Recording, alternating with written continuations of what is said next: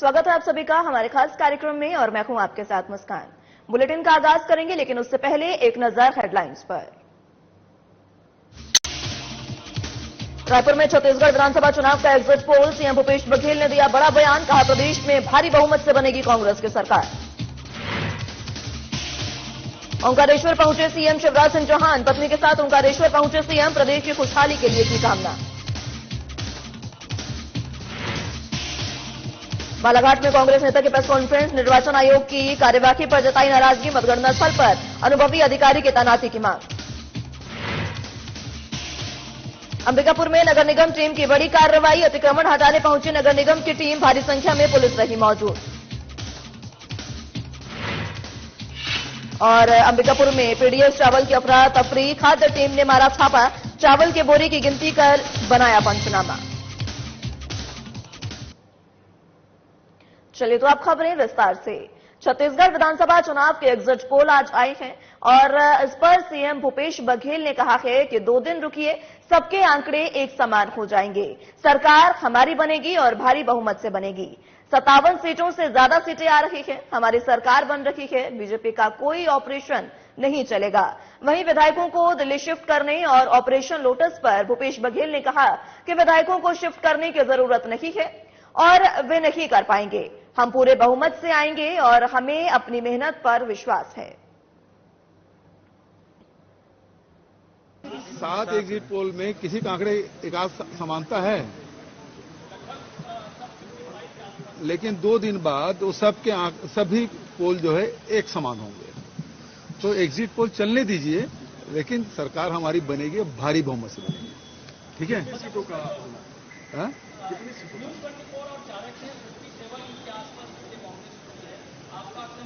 उससे और अधिक जाएगा। वो जो 57 है ना, वो 75 इधर उधर होगा। सर, फिर चर्चा ये हो रही है कि Bharatiya Janata party mission lotus की तैयारी कर रही है, तो यहाँ से कांग्रेस अपने विधायकों को शिफ्ट कर रही है। बिल्कुल करने की जरूरत नहीं है और वो नहीं कर पाएंगे। अपने मेहनत पे हमको विश्वास है और जनता पे भरोसा है। मुख्यमंत्री शिवराज सिंह चौहान ने गुरुवार को सपत्नी ओंकारेश्वर पहुंचकर भगवान ओंकारेश्वर ज्योतिर्लिंग के दर्शन पूजन किए। ओंकार पर्वत स्थित आदिगुरु शंकराचार्य की प्रतिमा को साष्टांग प्रणाम किया। उन्होंने मीडिया से चर्चा में कहा कि दुनिया में जो अशांति है उसे अद्वैत ही समाप्त कर सकता है। ओंकारेश्वर में बन रहा एकात्म धाम विश्व को शांति, एकता का संदेश और दिशा देगा। यहां आकर आत्मिक शांति मिलती है। इसी के साथ उन्होंने कहा कि ये स्थान अद्भुत है, यहां जो भी हो रहा है प्रभु की इच्छा से हो रहा है। साथ ही उन्होंने विधानसभा के आने वाले 3 दिसंबर को चुनाव परिणाम में बीजेपी की सरकार बनने के लिए प्रार्थना भी की। ओंकारेश्वर भगवान की जय हो, उनकी कृपा और आशीर्वाद पूरे मध्य प्रदेश में, पूरे देश की जनता पर और पूरी दुनिया में बरसे। सब सुखी हो, सब निरोग हो, सबका मंगल हो और सबका कल्याण हो। उनके चरणों में सदैव यही प्रार्थना करते हैं कि जिस विधि हमारी जनता सुखी हो, वैसा आशीर्वाद वो सदैव दें। यही उनके चरणों में प्रार्थना है। और यहाँ तो आके भाव विभोर हो जाते हैं। ये अद्भुत ऐसा स्थल है कि बाकी सारी चीजें भूल जाते हैं। एक ही बात याद रहती है, भोले शंकर और गौरी मैया, उन्हीं के चरणों में बारंबार। आने वाले परिणामों के बारे में आप क्या कहेंगे? परिणाम मंदिर में काय को बताएं, बाहर बताएं। तो बाबा का मंदिर है, तो बाबा का मंदिर है, यहाँ आशीर्वाद ही आशीर्वाद। बाबा से आपने आज क्या मांगा? मैंने बताया कि देखिए, हम लोग कैसे जगत का कल्याण हो, देश का कल्याण हो, मध्य प्रदेश का कल्याण हो, जनता सुखी रहे, निरोग रहे, सबका मंगल। सरकार भाजपा की बनती है तो आदिगुरु शंकराचार्य जी और ओंकार लोक को लेकर क्या विस्तार होगा? देखिए, ये जो स्थल है, यहाँ जो होता है भगवान की कृपा से और उनकी मर्जी से होता है। धार्मिक नगरी ओंकारेश्वर पहुंचे प्रदेश के मुख्यमंत्री शिवराज सिंह ने ओंकारेश्वर के दर्शन किए, तत्पश्चात ममलेश्वर के दर्शन किए उसी के बाद वो भगवान शंकराचार्य जी की मूर्ति के भी दर्शन करेंगे। जब मीडिया ने सवाल किया कि आपकी सरकार आ रही है, तो इस पर उन्होंने स्पष्ट मना कर दिया कि अभी हम कोई भी राजनीतिक सवाल का जवाब नहीं देंगे, हम अभी धार्मिक यात्रा पर आए। पूर्व विधायक सरस्वर के निवास पर कांग्रेस पार्टी द्वारा प्रेस कॉन्फ्रेंस का आयोजन किया गया, जिसमें बालाघाट जिले के सभी विधानसभा प्रत्याशी सहित राजा सोनी, श्याम पंजवानी और सभी कांग्रेसी नेता मौजूद रहे। कॉन्फ्रेंस में हिना कावरे ने बताया कि बालाघाट कलेक्टर और निर्वाचन अधिकारी डॉक्टर गिरीश कुमार मिश्रा द्वारा हमारी टीम की प्रदेश स्तर पर शिकायत किए जाने पर उनके द्वारा मतदान से पूर्व मतगणना जैसी घटना के जिम्मेदार पर कार्रवाई करते हुए तहसीलदार को निलंबित किया। इसके साथ ही उन्होंने बताया कि निर्वाचन अधिकारी की कार्यवाही से हम संतुष्ट नहीं हैं, जिसके चलते निर्वाचन आयोग से अनुरोध है कि मतगणना के समय भोपाल में आयोग द्वारा किसी अनुभवी अधिकारी को 3 दिसंबर को बालाघाट जिले की कमान सौंपी जाए। उनके परिवार से ही है और भतीजे हैं उनके, और ऐसी स्थिति में कहीं ना कहीं उद्देश्यपूर्ण उनका रहा होगा। मुझे संदेह है कि कोई ना कोई गड़बड़ी इसमें हुई है, इसलिए हम चाहते हैं उसमें भी कार्रवाई हो। और जो कार्रवाई कलेक्टर ने आपके जो कि हमारे जो टीम थी लीगल टीम, उसने जब आपके जिला प्रदेश के निर्वाचन कार्यालय में शिकायत की, वहां से जो निर्देश प्राप्त हुए उसके बाद जिला कलेक्टर ने तहसीलदार को सस्पेंड किया, उसके बाद जिला कलेक्टर ने आपके एसडीएम को सस्पेंड किया। लेकिन जब 3 बजे के समय को यदि 1:30 बजे उन्होंने हमें फॉर्म मिला है, तो आपको निर्वाचन आयोग की शिकायत का रास्ता आपने क्यों दिया? सबसे पहले तो उनको इमीडिएट आपको उनको पहले ही निलंबित कर देना चाहिए था, क्योंकि वो जिला अधिकारी अगर यहाँ पर है, चुनाव के हेड है, तो उनको सबसे पहले एक्शन लेना था कि उन्हीं को ये करना था। उन्होंने क्यों रास्ता देखा कि आप जो है वो जिला प्रदेश निर्वाचन कार्यालय से आपको आयोग से आपको सूचना मिला, उसके बाद आप कार्रवाई करो। ये हमारे लिए संदेह की बात है और हमको इस बात का भी संदेह है। हम आपके माध्यम से ये मांग भी करना चाहते हैं, हम विज्ञापन भी आपको दे रहे हैं कि एक तो जिस डाक मतपत्र को खोला गया और जिसकी बंडलिंग की गई, हमको इस बात की आशंका है कि उसमें जो भी जिन्होंने भी वोट दिया है, जो हमारे सरकारी अधिकारी कर्मचारी जिन्होंने वोट डाला है, उनके वोटों के साथ छेड़छाड़ की गई है। लेकिन अब जब 3 तारीख को मतगणना होना है, तो हम आपके माध्यम से आयोग से निवेदन करना चाहते हैं कि हमारे बालाघाट विधानसभा में जब भी डाक मतपत्र का काउंटिंग हो, उस समय ऐसा अधिकारी भोपाल स्तर से भेजा जाए जिसको कि डाक मतपत्र का पूरा अनुभव हो और वो अपने अनुभव के आधार पर यहाँ पर आए और वो इस बात को पहले संतुष्ट हो जाए कि डाक मतपत्र में बंडलिंग के समय इसके अंदर कोई छेड़छाड़ नहीं हुई है। विधानसभा निर्वाचन 2023 के तहत जिले की चारों विधानसभा में हुए मतदान की गणना 3 दिसंबर को सुबह 8 बजे से जिला मुख्यालय स्थित शासकीय महिला पॉलिटेक्निक कॉलेज में की जाएगी। कलेक्टर और जिला निर्वाचन अधिकारी प्रवीण सिंह और पुलिस अधीक्षक मयंक अवस्थी ने मतगणना स्थल पर पहुंचकर तैयारियों का जायजा लिया और आवश्यक दिशा निर्देश संबंधित अधिकारियों को दिए। कलेक्टर और जिला निर्वाचन अधिकारी प्रवीण सिंह ने बताया कि मतगणना स्थल पर मतगणना के लिए सभी आवश्यक तैयारियां पूर्ण कर ली गई हैं। निरीक्षण के दौरान सहायक कलेक्टर अर्पित गुप्ता, अपर कलेक्टर और उप जिला निर्वाचन अधिकारी वृंदावन सिंह, एएसपी गीतेश गर्ग, संयुक्त कलेक्टर सतीश राय सहित अन्य अधिकारी मौजूद रहे।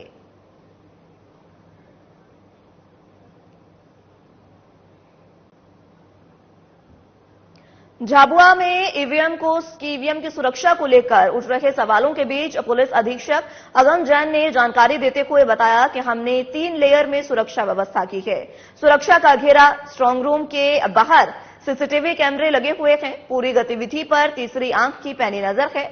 इसके अलावा पैरा मिलिट्री फोर्स के जवान भी सुरक्षा का जिम्मा संभाले हुए हैं। आगे उन्होंने कहा कि जब तक मतगणना नहीं हो जाती तब तक स्ट्रांग रूम की रूटीन निगरानी की जा रही है। 3 दिसंबर गणना के बाद शहरी और ग्रामीण क्षेत्रों में शांति व्यवस्था बनाए रखने के लिए पुलिस प्रशासन सतर्क है। हमारे यहाँ पर सुरक्षा के पूर्ण इंतजाम किए हुए हैं, पुख्ता इंतजाम है। चुनाव आयोग की जैसी गाइडलाइंस है उनको पूरा पूर्ण रूप से फॉलो किया जा रहा है। कितनी लेयर में सर आपकी सुरक्षा है? हमारे यहाँ पर त्रिस्तरीय लेयर में जो सुरक्षा व्यवस्था लगाई जानी है उस प्रकार से पूरी व्यवस्थाएं लगाई गई हैं। मतगणना वाले दिन और हमारी विशेष व्यवस्थाएं रहेंगी, उसमें हम पूर्ण रूप से सुरक्षा व्यवस्था का कंट्रोल अपने पास रखेंगे। 3 तारीख को सर जैसे मतगणना होगी, ये तीनों विधानसभाओं की मतगणना है सर, इसका सुरक्षा के व्यापक इंतजाम आज से लेके 3 तारीख तक पूरे इंतजाम कर लिए गए हैं। हम लोग लगातार भ्रमण भी कर रहे हैं, जॉइंट इंस्पेक्शंस भी कर रहे हैं, कहाँ किसकी आवश्यकता है, आरओ के माध्यम से भी पूरी चर्चाएं की जा रही हैं। तो जहां पर मतगणना होनी है वहां पर भी व्यवस्थाएं कर ली हैं और उसके अलावा भी तीनों विधानसभाओं में भी सभी थाना और चौकी के जो बड़े गांव है वहां पर भी हमने इस प्रकार से व्यवस्थाएं की हैं कि कहीं भी कोई अशांति न फैले और शांतिपूर्वक पूरा व्यवस्थाएं और 3 तारीख का जो पूरा कार्यक्रम है संपन्न हो। प्रदेश के 90 विधानसभा क्षेत्रों की मतगणना के लिए तैयारियां पूरी हो गई हैं। बता दें कि प्रदेश में 3 दिसंबर को मतगणना होनी है। प्रेक्षकों की निगरानी में प्रत्येक विधानसभा क्षेत्र के लिए 14 टेबलों पर एक साथ मतगणना होगी। वहीं क्वर्धा में सबसे ज्यादा और मनेन्द्रगढ़ विधानसभा क्षेत्र में सबसे कम मतगणना के चक्र होंगे। इसके लिए सभी 33 जिला मुख्यालयों में तैयारियां पूरी कर ली गई हैं।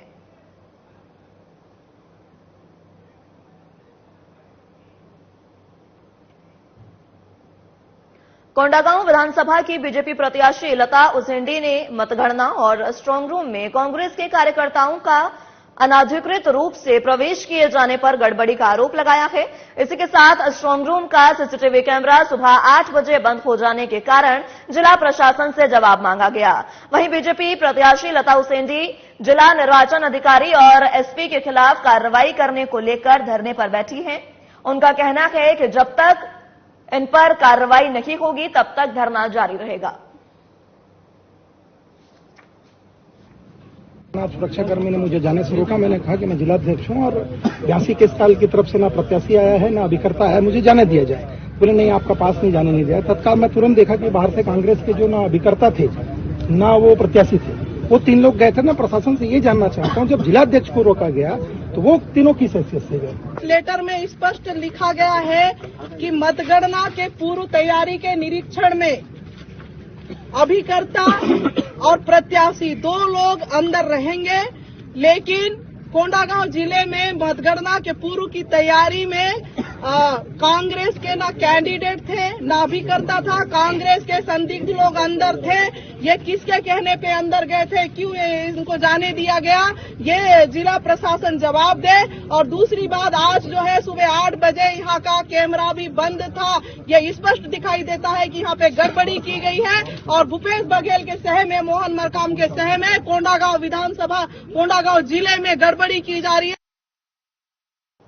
रायपुर के कांग्रेस जिला कार्यालय में कांग्रेस मतगणना अभिकर्ता प्रशिक्षण कार्यक्रम का आयोजन किया गया, जिसमें रायपुर जिले के 4 विधानसभा, रायपुर उत्तर, दक्षिण, पश्चिम और ग्रामीण विधानसभा के लिए कांग्रेस मतगणना अभिकर्ताओं को मास्टर ट्रेनर की ओर से प्रशिक्षण दिया गया। मतगणना के दौरान किन किन चीजों को लेकर अलर्ट रहना है, शहर जिला कांग्रेस कमेटी के अध्यक्ष गिरीश दुबे ने बताया कि मास्टर ट्रेनर ट्रेनों को उनके द्वारा कांग्रेस मतगणना अभिकर्ताओं को प्रशिक्षण दिया गया ताकि मतगणना के दौरान चौकन्ना रहा जा सके।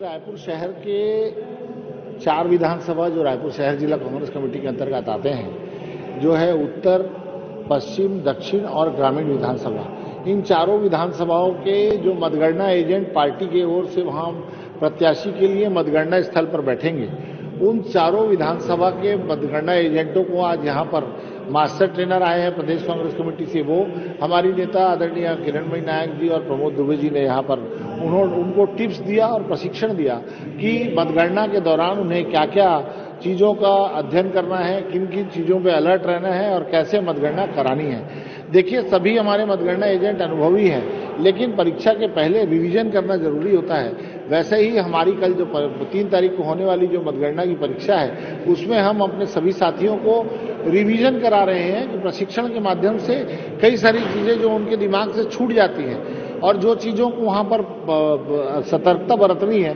उनका इस कार्यक्रम के माध्यम से उनको अलर्ट किया जा रहा है कि वहां पर मतगणना के दौरान इन बातों का उनको ध्यान रखना है। जगदलपुर कलेक्टर विजय दयाराम ने शहर के SLRM सेंटरों का निरीक्षण किया। इस दौरान उन्होंने डोकाघाट में संचालित सेंटर को गोबर से वर्मी कंपोस्ट खाद और गोबर से लकड़ी बनाने वाले सेंटर के रूप में विकसित करने के निर्देश दिए हैं। उन्होंने अधिकारियों को सेंटर में कार्य करने वाली महिला समूह को गोबर की लकड़ी बनाने के लिए प्रेरित करने के निर्देश दिए और उक्त लकड़ियों का उपयोग सुक्तिधाम में करवाने को कहा ताकि समूह के सदस्यों को अतिरिक्त आय प्राप्त हो सके। इसी के साथ डोगाघाट सेंटर में गोबर से बिजली बनाने वाले यूनिट में उपयोग हुए गोबर को भी लकड़ी बनाने में प्रयोग करने के लिए निर्देश दिए। वहीं कलेक्टर ने सभी सेंटरों में कचरा कलेक्शन को सख्ती से करवाने और शहर के मुख्य मार्गों में मलबा डालने वालों के खिलाफ जुर्माने की कार्रवाई करने के भी निर्देश दिए हैं।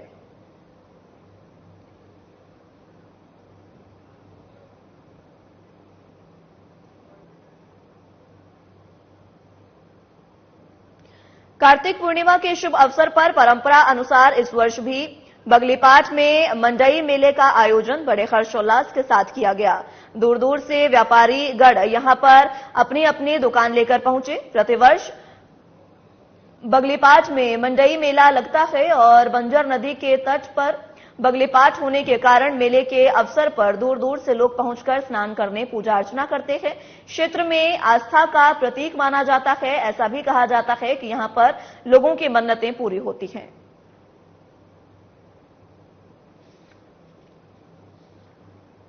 मौजूद है बगलीपाठ मेले में, जहां पर परंपरा अनुसार यहां पर प्रतिवर्ष कार्तिक पूर्णिमा के शुभ अवसर पर यहां पर 3 से 4 दिन का मंडई मेला भरता है। इस मेले में दूर दूर से व्यापारी जैसे महाराष्ट्र, छत्तीसगढ़, मंडला से यहाँ पर व्यापारी आते हैं और यहाँ पे भारी संख्या में दुकान लगती है। इस मंडई मेले में दूर दूर से जनता का जनसैलाब उमड़ा रहता है। ऐसी यहाँ पर मन्नतें हैं कि यहाँ पर स्नान करने से और पूजा पाठ करने से यहाँ पर लोगों की मन्नतें पूरी होती हैं। साधारण न्यूज चैनल से कैमरामैन अजय कुसाम के साथ देवदा थाने। अंबिकापुर में पब्लिक डिस्ट्रीब्यूशन सिस्टम के चावल की अफरा तफरी होने की शिकायत पर खाद्य विभाग के अधिकारी ने शहर के अरुण ट्रेडिंग कंपनी की दुकान पर छापेमार कार्रवाई की है। वहीं खाद्य विभाग की तरफ से अरुण ट्रेडिंग कंपनी में रखे चावल की बोरी की गिनती कर पंचनामा बनाया गया। वहीं चावल की बोरियों की जांच की जा रही है। इससे गरीबों के हिस्से के लिए आए चावल में की जा रही गड़बड़ी का खुलासा हो सकेगा। इस कार्रवाई में कई बातें सामने आ रही हैं। गरीबों के चावल पर डाका किस तरह पड़ रहा है, ये आगे की निष्पक्ष जांच से पता चलेगा।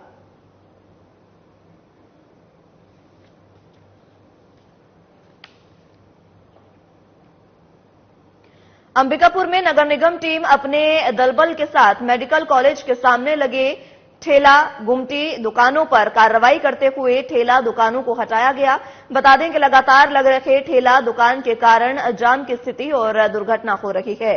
बार बार समझाइश देने के बाद भी ठेला और दुकान नहीं हटाए जाने पर दलबल के साथ नगर निगम की टीम ने ठेला दुकानों को हटाया, जिससे यातायात बाधित की समस्या से निजात मिल सकेगी। इस दरमियान भारी संख्या में पुलिस टीम मौजूद रही।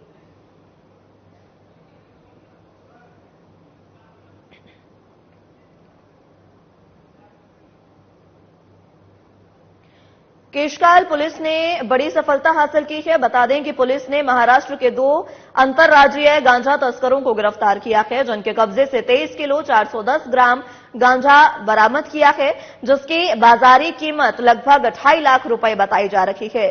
वहीं पुलिस ने दोनों तस्करों को एनडीपीएस एक्ट के तहत गिरफ्तार कर लिया है और आगे की कार्रवाई शुरू कर दी है।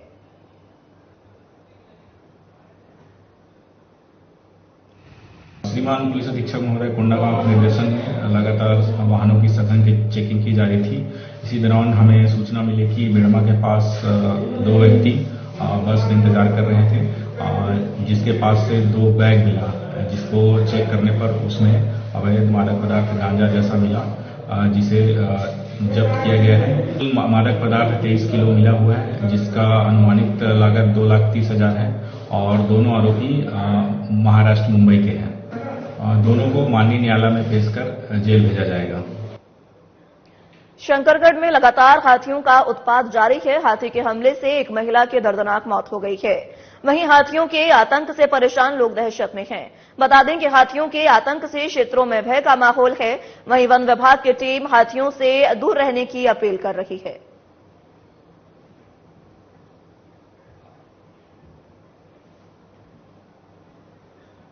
झाबुआ के कोतवाली थाना अंतर्गत आने वाले ग्राम गोपालपुरा में दो पक्षों के बीच खूनी संघर्ष हुआ, जिसमें एक पक्ष की महिला को सिर पर गंभीर चोट लगने से उसकी मौत हो गई है। वहीं महिला के बेटे और परिजनों ने घटना की सूचना पुलिस को दी, जिस पर आईपीसी की धारा 302 के समेत कई अन्य धाराओं में मामला पंजीबद्ध कर लिया गया है। अब संपूर्ण घटना की विवेचना पुलिस की तरफ से की जा रही है। वहीं दोनों पक्षों के विवाद में एक व्यक्ति ने बताया कि दोनों पक्षों में जमीन विवाद चल रहा था। फिलहाल मामले की जांच में पुलिस जुटी है। और पापा के साथ झगड़े जमीन से विवाद हो रहा था और मैं बीच दौड़ के गया और मेरी मम्मी को लठ से मारा और पिताजी को भी लठ से मारा और मेरे को भी लठ से मारा, तो सिर में गहरी चोट आई और दोनों हाथों में भी मेरे को चोट आई।